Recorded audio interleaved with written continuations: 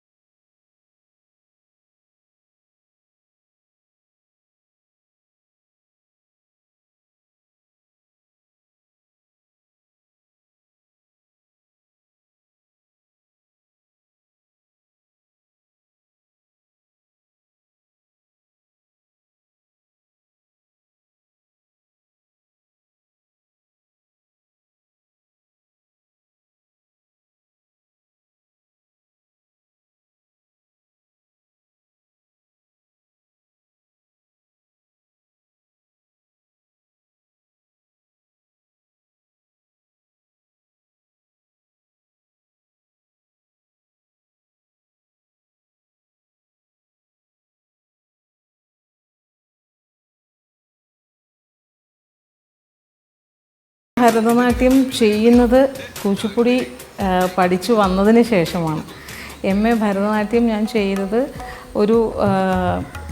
ഒരു PG certificate എന്നുള്ളൊരൊറ്റ ഉദ്ദേശത്തിലാണ് ഞാൻ ചെയ്തത്. ചിന്നസത്യ മാസ്റ്ററുടെ കീഴിൽ കൂച്ചിപ്പുടി ആർട്ട് അക്കാഡമിയിൽ ഒരു 6 വർഷത്തോളം 5-6 വർഷത്തോളം ഞാൻ കൂച്ചിപ്പുടി പഠിച്ച് നാട്ടിൽ വന്ന് കല്യാണവും കഴിഞ്ഞ് ആദ്യത്തെ മകളായതിനു ശേഷമാണ് ഞാൻ BA ഭരതനാട്യം ചെയ്യുന്നത്. അതിനു മുമ്പ് ചെന്നൈയിലേക്ക് പോകുന്നതിന് മുമ്പ് നാട്ടിലുണ്ടായിരുന്നപ്പോൾ ശ്യാമള ടീച്ചറുടെ അടുത്ത് ഞാൻ ഭരതനാട്യം പഠിച്ചിരുന്നു. ഒരു 8-9 വർഷത്തോളം കണ്ടിന്യൂസ് ആയിട്ട് ഭരതനാട്യം പഠിച്ചിരുന്നു. അതിനുശേഷം ആണ് ഞാൻ ചെന്നൈയിൽ പോയിട്ട് കൂച്ചിപ്പുടി മാത്രമായിട്ട് പഠിക്കാൻ തുടങ്ങിയത്. അപ്പോൾ കേരളത്തിലുള്ള ബാക്കിയുള്ള കുട്ടികളെ പോലെ, ഇന്ന് കാണുന്ന ബാക്കിയുള്ള കുട്ടികളെ പോലെ തന്നെ ഞാൻ ഭരതനാട്യവും മോഹിനിയാട്ടവും കൂച്ചിപ്പുടിയും നാടോടി നൃത്തവും എല്ലാം അഭ്യസിച്ചിരുന്നു. പക്ഷേ ഡിഗ്രി ചെയ്തു. ഞാൻ ആദ്യം BA എക്കണോമിക്സ് ചെയ്തു. അത് കഴിഞ്ഞിട്ടാണ് ഞാൻ കൂച്ചിപ്പുടി പഠിക്കണം എന്ന എൻ്റെ ഒരു ആഗ്രഹം. എന്നെ ആദ്യം കൂച്ചിപ്പുടി ഇവിടെ നാട്ടിൽ പഠിപ്പിച്ചിരുന്ന മോഹന തുളസി, കലാമണ്ഡലം മോഹന തുളസി ടീച്ചറുടെ അടുത്ത് പറയുകയും ടീച്ചറുടെയും കൂടെ ഗുരുവായ ഡോക്ടർ വെമ്പട്ടി ചിന്നസത്യത്തിൻ്റെ അടുത്തേക്ക് എന്നെ കൊണ്ടുപോവുകയും എന്നെ പരിചയപ്പെടുത്തുകയും ചെയ്തത്. അപ്പോൾ കൂച്ചിപ്പുടി പഠിച്ചതിന് ശേഷം അതൊരു ഗുരുകുല സമ്പ്രദായത്തിലുള്ള വിദ്യാഭ്യാസ രീതികളായിരുന്നു. അത് കഴിഞ്ഞ് നാട്ടിൽ വന്നിട്ട് കല്യാണം കഴിഞ്ഞ് എൻ്റെ മൂത്ത മകളായതിനു ശേഷമാണ് ഞാൻ BA ഭരതനാട്യം സെൻറ്റ് തെരേസസ് കോളേജിൽ ചെയ്തത്. അത് കഴിഞ്ഞിട്ട് RLV കോളേജിൽ MA ഭരതനാട്യം ചെയ്തു. ഇതെല്ലാം ചെയ്തത് എനിക്കൊരു ഹയർ സ്റ്റഡീസിന് വേണ്ടിയിട്ട് ഒരു PhD പോലുള്ള കാര്യങ്ങളൊക്കെ ചെയ്യാൻ വേണ്ടി ഒരു സർട്ടിഫിക്കറ്റിന് വേണ്ടിയിട്ട്, അല്ലെങ്കിൽ ഞാൻ എൻ്റെ ഗുരുവിൻ്റെ കീഴിൽ എൻ്റെ ശ്യാമള ടീച്ചർ ഞാൻ ഈ MA വരെ പഠിച്ചിരുന്ന എല്ലാ കാര്യങ്ങളും 8ാം ക്ലാസ്സിന് 8ാം ക്ലാസ് 9ാം ക്ലാസ്സിനുള്ളിൽ എന്നെ പഠിപ്പിച്ചു കഴിഞ്ഞിരുന്നു. അപ്പോൾ ഞാൻ ഒരു സർട്ടിഫിക്കറ്റിന് വേണ്ടി മാത്രമാണ് RLV കോളേജിൽ MA ചെയ്തത്. അപ്പോൾ അതുകൊണ്ട് തന്നെ ഞാൻ പഠിച്ചു. എനിക്കത് കാര്യം എന്താണെന്ന് അറിയാൻ പറ്റും. പക്ഷേ എനിക്ക് ഒരു കുട്ടിയെ പഠിപ്പിക്കുമ്പോൾ ഒരു കാരണവശാലും അതിനെ ഒരു കുഞ്ഞിനെയും ഞാൻ വേറൊരു രീതിയിലേക്ക്, ഇപ്പോൾ ഞാൻ കുച്ചിപ്പുടി മെയിനായിട്ട് എൻ്റെ ഉള്ളിൽ കുച്ചിപ്പുടിയാണ് കൂടുതലുള്ളത്, അതെനിക്ക് നന്നായിട്ട് അറിയാം. അപ്പോൾ ഞാൻ കുച്ചിപ്പുടി കൂടുതൽ ചെയ്യുമ്പോൾ ഒരു കാരണവശാലും ഞാൻ ഭരതനാട്യം പഠിപ്പിക്കുന്നതിൻ്റെ കൂടെ ഒരു കലർപ്പ് വരികയോ ഒരു തലമുറയെ തെറ്റായ രീതിയിലേക്ക്, അതായത് ഒരു നൃത്തരൂപമാണെങ്കിൽ കൂടിയും ഭരതനാട്യം അല്ലാതെ ഭരതനാട്യത്തിൻ്റെ ഇടയിൽ ഒരു ചെറിയ കുച്ചിപ്പുടി കയറി വരാനുള്ള സാധ്യത ഉണ്ടാവാനുള്ള ഇത് കൂടുതലുള്ളത് കൊണ്ടാണ് ഞാൻ ഭരതനാട്യം തൊടാതെ കുച്ചിപ്പുടി തന്നെ ചെയ്തു പോകുന്നത്.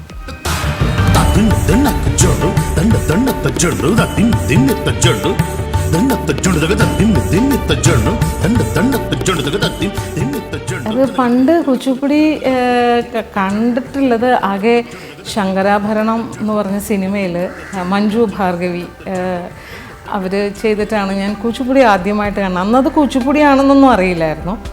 അത് ഒരു നല്ല ഭയങ്കര ഗ്രേസ് ആയിട്ടുള്ള ഒരു നൃത്തരൂപം. പിന്നെ ഭരതനാട്യവും മോഹിനിയാട്ടവും കുച്ചിപ്പുടിയൊക്കെ പഠിക്കുമ്പോൾ നമുക്ക് കുച്ചിപ്പുടി പഠിക്കുമ്പോൾ കുച്ചിപ്പുടിയോടൊരു പ്രത്യേക താല്പര്യവും അത് ചെയ്യാനുള്ളൊരു ആങ്സൈറ്റി കൂടുതലുണ്ട്. കാരണം എന്താണെന്ന് വെച്ചാൽ അതിൽ അഭിനയത്തിന് ഒരുപാട് പ്രാധാന്യം, പിന്നെ നമുക്ക് ആ ചട്ടക്കൂടിൽ നിന്നുകൊണ്ട് തന്നെയാണെങ്കിലും ഫ്രീ ആയിട്ട് സഞ്ചരിക്കാനുള്ളൊരു സഞ്ചാര സ്വാതന്ത്ര്യം ബാക്കിയുള്ള നൃത്തരൂപങ്ങളെ കമ്പയർ ചെയ്യുമ്പോൾ കുച്ചിപ്പുടിക്കുണ്ട്. അതാണ് എന്നെ കുച്ചിപ്പുടിയിലേക്ക് അടുപ്പിച്ച ഒരു കാര്യം.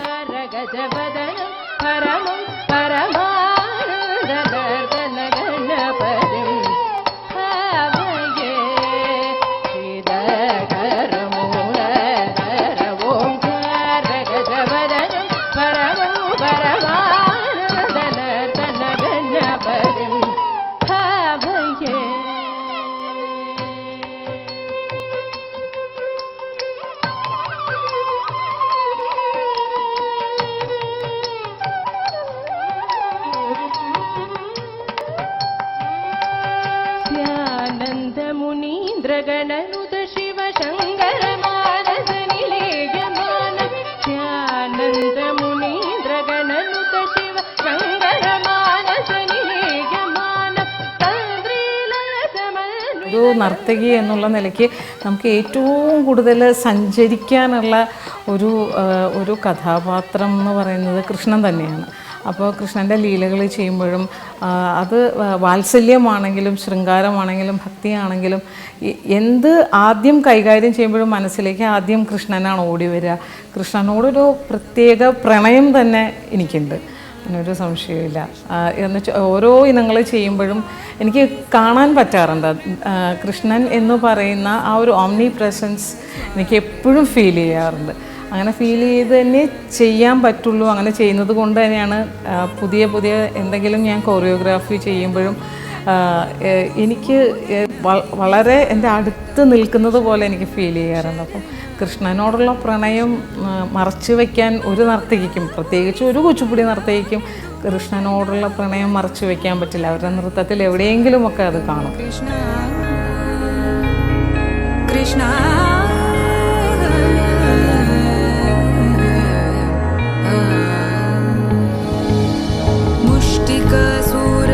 തീർച്ചയായിട്ടും എൻ്റെ ഒരു ഉപജീവന മാർഗമാണ് കല.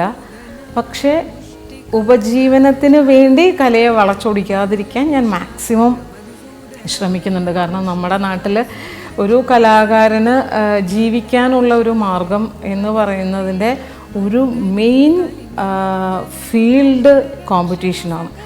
അപ്പോൾ കോമ്പറ്റീഷന് വേണ്ടി മാത്രം പഠിക്കുന്ന കുഞ്ഞുങ്ങൾ കുറേയുണ്ട്. അപ്പോൾ എനിക്കുള്ള റിസ്ക് എന്താണെന്ന് വെച്ചാൽ ഞാൻ കുച്ചിപ്പുടി മാത്രമേ പഠിപ്പിക്കുള്ളൂ. അപ്പോൾ ഈ ഭരതനാട്യം, മോഹിനിയാട്ടം, കുച്ചിപ്പുടി, നാടോടി നൃത്തം, കേരള നടനം എല്ലാം ഒരുമിച്ച് കിട്ടുന്ന സ്ഥലങ്ങളിലോട്ടാണ് പാരൻസിന് എളുപ്പം റീച്ചബിളായിട്ട് കുഞ്ഞുങ്ങളെ അവിടെ ഒരാളുടെ അടുത്ത് കൊണ്ടാക്കിയാൽ എല്ലാം പഠിച്ചു പോരും.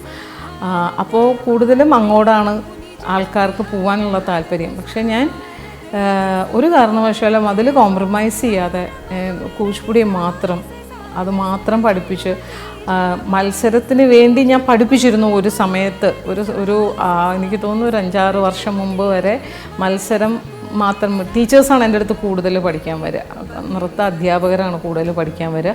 അവരൊരു പാട്ട് കൊണ്ടുവരും, ഞാനത് കൊറിയോഗ്രാഫി ചെയ്ത് കൊടുക്കും, അങ്ങനെയായിരുന്നു.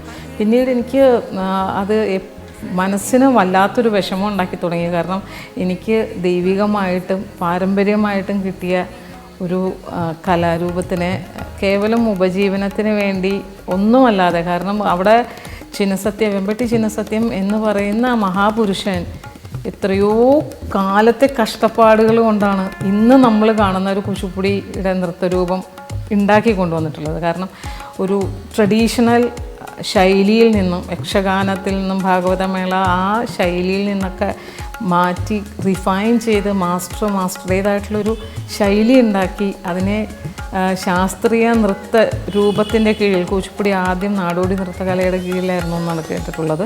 പിന്നീട് അതിനെ ശാസ്ത്രീയ നൃത്തകലയുടെ കീഴിൽ കൊണ്ടുവരാൻ ഒരുപാട് കഷ്ടപ്പെട്ടിട്ടുണ്ട്. അപ്പോൾ അദ്ദേഹം അത്രയും കഷ്ടപ്പെട്ട് വർഷങ്ങളുടെ തപസ്യ കൊണ്ട് ഉണ്ടാക്കിയെടുത്തൊരു നൃത്തരൂപം, അദ്ദേഹത്തിൻ്റെ അത്രയും നല്ല ഒരു അംശം പോലും നമ്മൾ കഷ്ടപ്പെട്ടിട്ടില്ലെങ്കിലും കുറേ അധികം കഷ്ടപ്പെട്ട് തന്നെയാണ് നമ്മളതിനെ വളരെ സീരിയസ് ആയിട്ട് അത്രയും കാര്യമായിട്ട് നമ്മളെ അഭ്യസിപ്പിച്ച ഒരു നൃത്തരൂപം വെറുതെ ഒരു 2 ദിവസം കൊണ്ടും 3 ദിവസം കൊണ്ടും പഠിച്ച് മൊബൈലിൽ പകർത്തിക്കൊണ്ട് പോകുന്ന ഒരു അവസ്ഥ കുറേ കഴിഞ്ഞപ്പോൾ എന്നെ വല്ലാണ്ട് എനിക്കൊരു കുറ്റബോധം ഉണ്ടാക്കി തുടങ്ങി. അപ്പോൾ ഞാനിപ്പോൾ അത് നിർത്തി. എനിക്ക് അങ്ങനെയുള്ള ഉപജീവനം അതിൽ നിന്ന് ഇങ്ങനെ കലയെ മത്സരത്തിനായി ഒരു വിൽക്കൽ തന്നെ, ഒരു കച്ചവട മനോഭാവത്തോടുള്ള ഒരു അവസ്ഥ എനിക്ക് വേണ്ട എന്നുള്ളത് ഞാൻ തീരുമാനിച്ചു.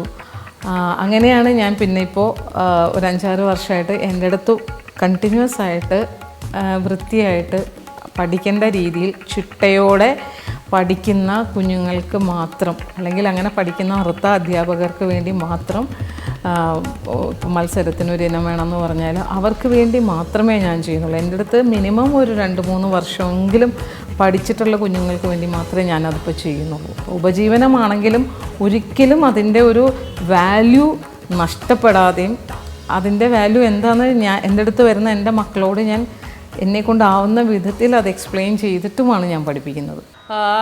ആഹാര്യം ചന്ദ്ര താരദീ തം വന്ദേ സാത്വികൗ ശിവൗ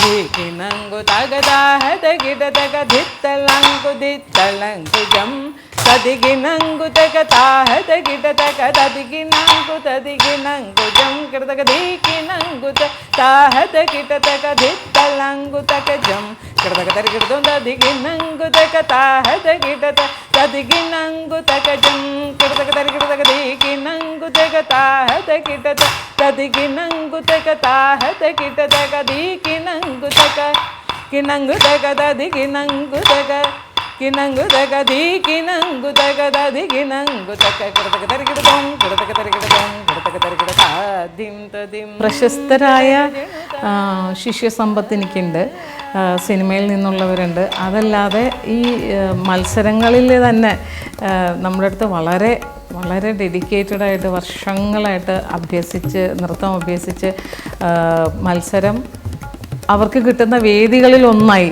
കണ്ടുകൊണ്ട്, മത്സരത്തിനല്ലെങ്കിൽ കൂടി മത്സരം എന്നുള്ളൊരു മനോഭാവത്തിലല്ലാതെ അവർക്ക് കിട്ടുന്ന വേദികളിലൊന്നായി അതിൽ അവതരിപ്പിച്ച് ഉന്നത വിജയം നേടി, അങ്ങനെ സ്റ്റുഡൻസ് വഴിയും കൂടെയാണ് ഞാൻ പുറത്തേക്ക് അറിഞ്ഞു തുടങ്ങിയത്. ഇതിനെല്ലാം മൂലമായിട്ടൊരു കാരണമുള്ളത്, ഞാൻ വിശ്വസിക്കുന്നത്, ഞാൻ പഠിച്ച എൻ്റെ ഏറ്റവും വലിയ ഭാഗ്യമായ എൻ്റെ ഗുരുനാഥൻ.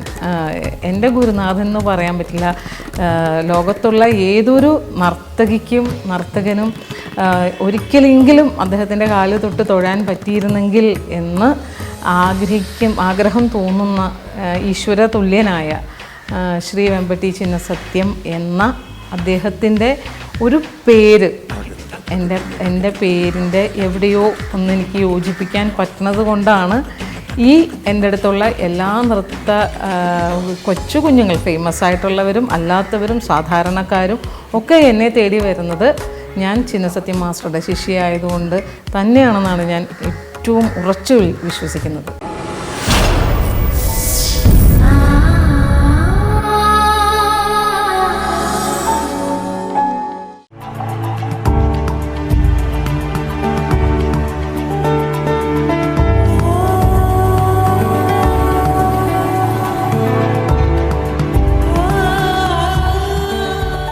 സിനിമാ രംഗത്തുനിന്ന് ആദ്യം എൻ്റെ അടുത്ത് വരുന്നത് മഞ്ജു വാര്യർ തന്നെയാണ്. പിന്നീട് രചന നാരായണൻകുട്ടി എൻ്റെ അടുത്ത് പഠിക്കുന്നുണ്ട്. ഇപ്പോൾ ഇല്ല, അവൾ പഠിച്ചിരുന്നു എൻ്റെ അടുത്ത്. ഇപ്പോൾ ആൾ ബാംഗ്ലൂർ സെറ്റിൽ ചെയ്തിരിക്കുന്നു. നിരഞ്ജന ഉണ്ട് ഇപ്പോൾ. പിന്നെ സോനു കുറച്ച് നാൾ, സോനു സതീഷ് കുറച്ച് നാൾ, വളരെ കുറച്ച് നാൾ എൻ്റെ അടുത്ത് പഠിച്ചിരുന്നു. കണ്ടിന്യൂസ് ആയിട്ട് ഇപ്പോൾ ഉള്ളത് മഞ്ജുവും നിരഞ്ജനയുമാണ്. മഞ്ജു വാര്യർ എന്ന് പറയുന്ന ഒരു നർത്തകിയിലേക്ക് എന്നെ കൊണ്ടുപോകുന്നത് ബിജു ധ്വനി തരംഗ്, എന്നെ ഭരതനാട്യം പഠിപ്പിച്ച എൻ്റെ ശ്യാമള ടീച്ചറുടെ മകൻ. അവനിപ്പോൾ വളരെ ഫേമസ് ആയിട്ടുള്ള ഒരു ഡാൻസ് കൊറിയോഗ്രാഫറാണ്. അവനെയും ഞാൻ എൻ്റെ കുട്ടിക്കാലത്ത് അവനെയും ഞാൻ പഠിപ്പിച്ചിട്ടുണ്ട്. അപ്പോൾ ബിജുവാണ് എന്നെ വിളിച്ച് ചോദിക്കുന്നത്, മഞ്ജു വാര്യരുടെ മകൾക്ക് ഡാൻസ് പഠിക്കണം, ഗീഷിച്ചിക്ക് ഒന്ന് ചെന്ന് എടുത്ത് കൊടുക്കാൻ പറ്റുമോ എന്ന്. അപ്പോൾ ഞാൻ ആദ്യം ഇവനെന്നെ കളിയാക്കുകയാണെന്നാണ് വിചാരിച്ചത്. എന്നിട്ട് ഞാൻ പറഞ്ഞു ഓക്കെ, ഞാൻ കൊടുക്കാൻ, നീ എൻ്റെ ഫോൺ നമ്പർ കൊടുത്തോളാൻ പറഞ്ഞു. ഒരു 10 മിനിറ്റ് കഴിഞ്ഞപ്പോൾ ഒരു കോള് വന്നു എനിക്ക്. എന്നിട്ട് എന്നോട് മഞ്ജു വാര്യരാണ് എന്ന് പറഞ്ഞപ്പോൾ ഞാൻ കോട്ടയത്തുനിന്ന് ഞാൻ തിരിച്ച് KSRTC ബസ്സിൽ യാത്ര ചെയ്തുകൊണ്ടിരിക്കുന്ന സമയത്ത് എന്നെ വിളിക്കുന്നത്. അപ്പോൾ ഇങ്ങനെ ഫോൺ ചെയ്തിട്ട്, ടീച്ചറെ ഞാൻ മഞ്ജു വാര്യരാണ്, ബിജു സാറാണ് നമ്പർ തന്നത്, എൻ്റെ മോളെ ഒന്ന് പഠിപ്പിക്കാൻ പറ്റുമെന്ന് ടീച്ചറൊന്ന് നോക്കൂ, എനിക്കറിയാൻ ടീച്ചറിന് ഒരുപാട് തിരക്കുണ്ടെന്ന്. എൻ്റെ മനസ്സിൽ, എൻ്റെ ചെവിയിൽ ഇപ്പോഴും ആ ശബ്ദം ഇങ്ങനെ, ആ ഡയലോഗ്സൊക്കെ ഒരു വരി പോലും വിടാണ്ട് എൻ്റെ മനസ്സിലുണ്ട് ഇപ്പോഴും. അങ്ങനെ ഇപ്പോഴും ഉണ്ട് അത്. ടീച്ചറൊന്ന് നോക്കൂ, അവളെ പഠിപ്പിക്കാൻ പറ്റുമോ എന്ന്. ടീച്ചറുടെ സമയം വേസ്റ്റ് ചെയ്യില്ല ഞാൻ ഒരിക്കലും. ടീച്ചറിന് അവൾ പറ്റില്ല എന്ന് തോന്നുകയാണെങ്കിൽ നിർത്തിക്കോളൂ, യാതൊരു കുഴപ്പമില്ല എന്നോട് പറഞ്ഞു. പക്ഷേ അവിടെ ചെന്ന് കഴിയുമ്പോൾ മഞ്ജു എന്ന് പറയുന്നൊരു വ്യക്തിയോട് നമ്മൾ സംസാരിച്ച് തുടങ്ങുമ്പോൾ നമുക്ക് ഒരിക്കലും ഒരു സ്റ്റാർഡമിൽ നിൽക്കുന്ന ഒരു സൂപ്പർ സ്റ്റാറിൻ്റെ കൂടെയാണ് നമ്മളിരിക്കുന്നതെന്നോ നമ്മൾ സംസാരിക്കുന്നതെന്നോ അങ്ങനെയൊന്നും നമുക്കൊരു കാരണവശാലും ഒരു ഫീൽ ഉണ്ടാക്കിയിട്ടില്ല ഇന്ന് ഈ നിമിഷം വരെയും മഞ്ജു വാര്യരുടെ ഒരു സ്റ്റാർഡം ഒരിക്കലും അവളെ എഫക്റ്റ് ചെയ്തിട്ടില്ല. അതുതന്നെയാണ് ആ കുട്ടിയുടെ ഏറ്റവും വലിയൊരു പ്ലസ് പോയിൻറ്റ്. നമ്മളെ ഒരിക്കലും അവളുടെ ഒരു തിരക്കുള്ള ഷെഡ്യൂൾ പറഞ്ഞിട്ടോ അല്ലെങ്കിൽ അവരുടെ ഒരു സ്റ്റാർഡം ഉപയോഗിച്ചിട്ടോ നമ്മളെ ഒരിക്കലും, എല്ലാം എൻ്റെ സ്വാതന്ത്ര്യം, ടീച്ചർ എന്താ എന്ന് വെച്ചാൽ അങ്ങനെ എന്നും ആ ഒരു അവൾ പലപ്പോഴും പല ഇൻ്റർവ്യൂവിലും ഒക്കെ പറയും മനസ്സുകൊണ്ട് ചേച്ചി എന്നാണ് വിളിക്കണേന്ന്. പക്ഷെ എന്നാലും ആ ഒരു വല്ലാത്തൊരു അടുപ്പം തോന്നിക്കുന്ന വിധത്തിൽ ആരോടും, അപ്പോൾ അത് എന്നോട് മാത്രമാവില്ല, മഞ്ജുവിനെ പരിചയപ്പെട്ടിട്ടുള്ള ഓരോ വ്യക്തികളുടെ അഭിപ്രായം ഇത് തന്നെയായിരിക്കും.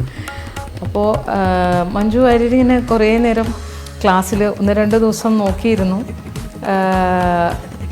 അത് കഴിഞ്ഞിട്ട് ഒരു 2 ദിവസം 2 ക്ലാസ് കഴിഞ്ഞു. 2 ക്ലാസ് കഴിഞ്ഞ് 3ാമത്തെ ക്ലാസ്സിലാണ് മഞ്ജുവിനോട് ചോദിക്കുന്നത്, ടീച്ചറെ ഞാനും കൂടെ ഒന്ന് നിന്ന് നോക്കട്ടെ, വെറുതെ ഒരു കൗതുകം, എന്താവുമെന്നറിയില്ല, ചെയ്തിട്ട് കാലിൽ ഭൂമിയിലൊന്ന് ഉറച്ചു ചവിട്ടിയിട്ട് 10-12 വർഷം കഴിഞ്ഞു, ഞാൻ ജസ്റ്റ് ഒന്ന് ചെയ്ത് നോക്കിക്കോട്ടെ എന്ന് പറഞ്ഞു. അങ്ങനെയാണ് മഞ്ജു ചെയ്ത് തുടങ്ങുന്നത്.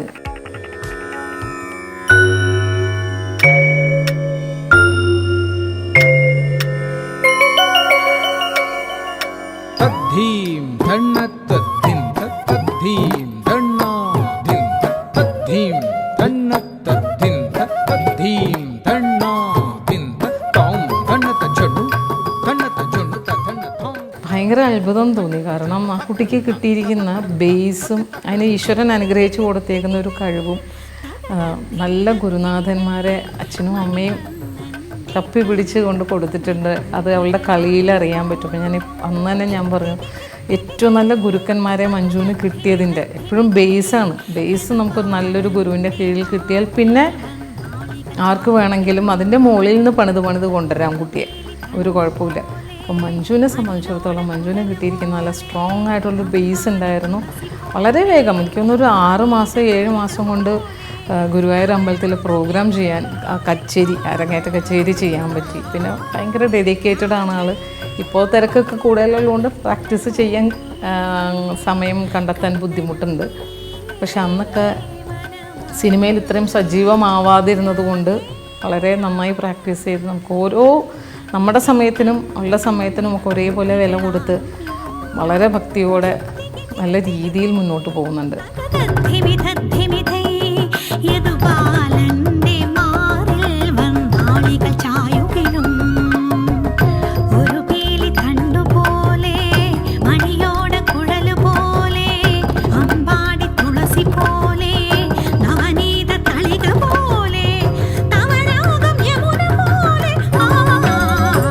ഇപ്പോൾ ഒരു ബീങ് വെരി ഫ്രാങ്ക്, ഒരു ടീച്ചർ ആയി കഴിയുമ്പോഴാണ് നമ്മൾ വിദ്യാർത്ഥി ആയിരുന്നതിനേക്കാളും കൂടുതലായിട്ട് പഠിക്കാൻ പറ്റുക. കാരണം നമ്മൾ പറഞ്ഞു കൊടുക്കുന്നതിൻ്റെ എത്രയോ ഇരട്ടിയാണ് കുഞ്ഞുങ്ങൾ നമുക്ക് തിരിച്ച് തരിക.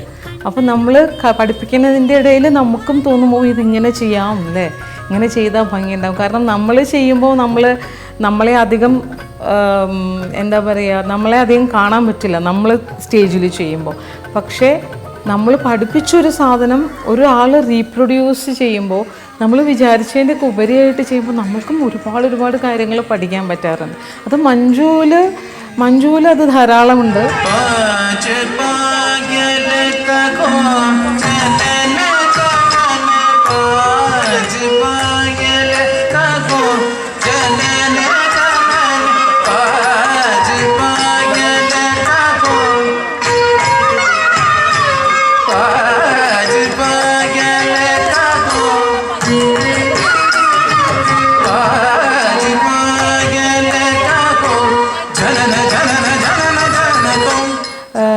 മഞ്ജുവിന് പിന്നെ ഉള്ളൊരു ക്വാളിറ്റി എന്താണെന്ന് വെച്ചാൽ ഈശ്വരൻ അനുഗ്രഹിച്ചു കൊടുത്ത ഒരു നല്ല ഫിസിക്സ്, ശരീരമുണ്ട്. മുഖത്തുള്ള ആ ഒരു ആളുടെ മനസ്സ് പോലെ തന്നെ മുഖത്തുള്ള ഒരു നല്ല ചൈതന്യമുണ്ട്. അപ്പോൾ അതൊക്കെ കൊണ്ട് ഒരുപാട് കാര്യങ്ങൾ നമ്മൾ പറഞ്ഞു കൊടുക്കുന്നതിലും ഭംഗിയായിട്ട്, നമ്മൾ പ്രതീക്ഷിക്കുന്നതിലും ഭംഗിയായിട്ട് ചില സമയത്ത് നമുക്ക് കിട്ടാറുണ്ട്. മഞ്ജുവിൽ മാത്രമല്ല കേട്ടോ, എനിക്ക് എൻ്റെ ഏറ്റവും വലിയ ഭാഗ്യം ഒരുപാട് ശിഷ്യരൊന്നും എനിക്കില്ല. പക്ഷേ ഉള്ള കുറേ പേര് ഞാൻ ആത്മാർത്ഥമായിട്ട് പറയുകയാണെങ്കിൽ അവരൊക്കെ എൻ്റെ ഒരു ഏജൊക്കെ എത്തുമ്പോഴേക്കും ഈ ഡാൻസ് മുന്നോട്ട് കൊണ്ടുപോവുകയാണെങ്കിൽ അവരൊക്കെ എവിടെയോ എത്തും. കാരണം നമ്മുടെ ഈ ഏജിൽ നമ്മൾ ചെയ്യണത് കുഞ്ഞുങ്ങൾ ഇപ്പോൾ ചെയ്തു തുടങ്ങി. അത്രയും ഔട്ട്പുട്ടുള്ള കുട്ടികൾ ഈശ്വരൻ്റെ അനുഗ്രഹം കൊണ്ട് എൻ്റെ ശിഷ്യ സമ്പത്തിലുണ്ട്.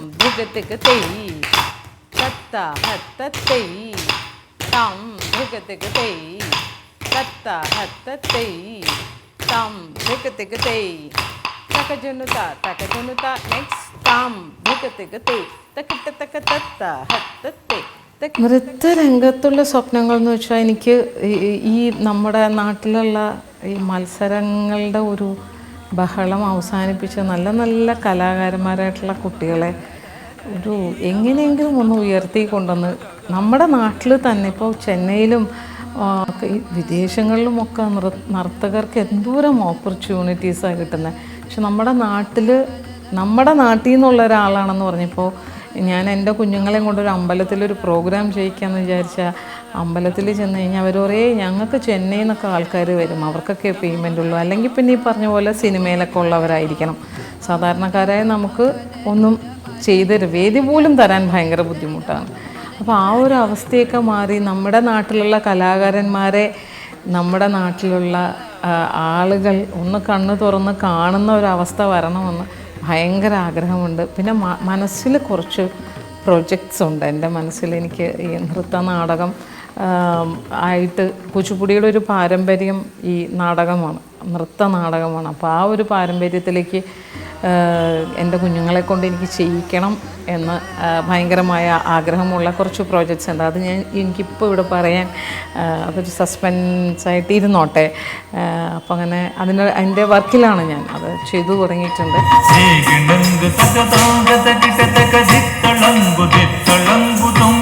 തരികിണങ്കു തകതാഗതകിട തക തരികിണങ്കു തരികിണങ്കുതും ദീകിണങ്കു തകതാഗതകിട തക വിത്തളങ്കു തകതും തകതികിണ തരികിണങ്കു തകതാഗതകിട തക തരികിണങ്കു തകതും കിടതരികിട ദീകിണങ്കു തകതും തദികിണ തരികിണങ്കു തകതും തദികിണ തദീകിണങ്കു തക കിണങ്കു തകതരികിണങ്കു തക.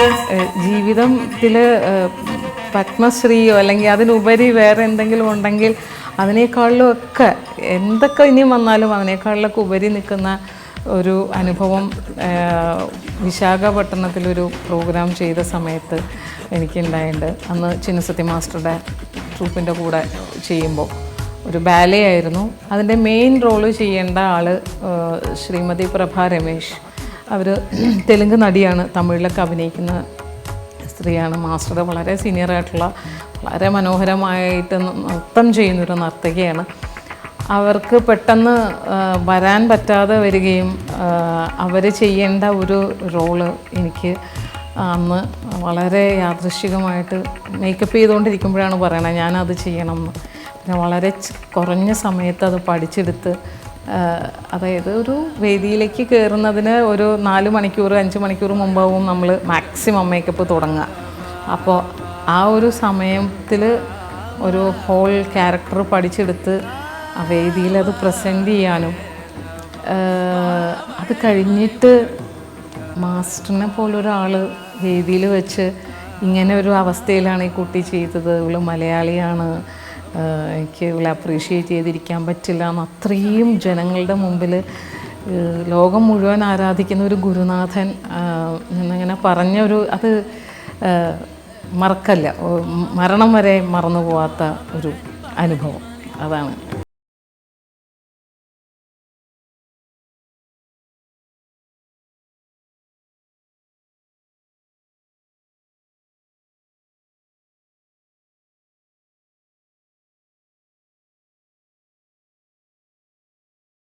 ആഗ്രഹിച്ചിട്ടില്ല ഒരിക്കലും. എൻ്റെ ഏറ്റവും വലിയ അംഗീകാരം ഞാൻ പഠിപ്പിക്കുന്ന കുഞ്ഞുങ്ങൾ എൻ്റെ അടുത്തുനിന്ന് പോയാലും ഇപ്പോഴും ഓടി എൻ്റെ അടുത്ത് വരുന്ന, പഠിത്തം എല്ലാം കഴിഞ്ഞ് പോയാലും അവർ അല്ലെങ്കിൽ വേറൊരു ടീച്ചറുടെ അടുത്ത് പോയാലും അവരുടെ പല സാഹചര്യങ്ങളും കൊണ്ട് വേറൊരാളുടെ അടുത്ത് പോയാലും കുഞ്ഞുങ്ങൾ ടീച്ചറേ എന്ന് വിളിച്ച് എൻ്റെ അടുത്തേക്ക് ഓടി വരുന്ന ഒരവസ്ഥയുണ്ട്. അതാണ് എൻ്റെ ഏറ്റവും വലിയ അംഗീകാരം.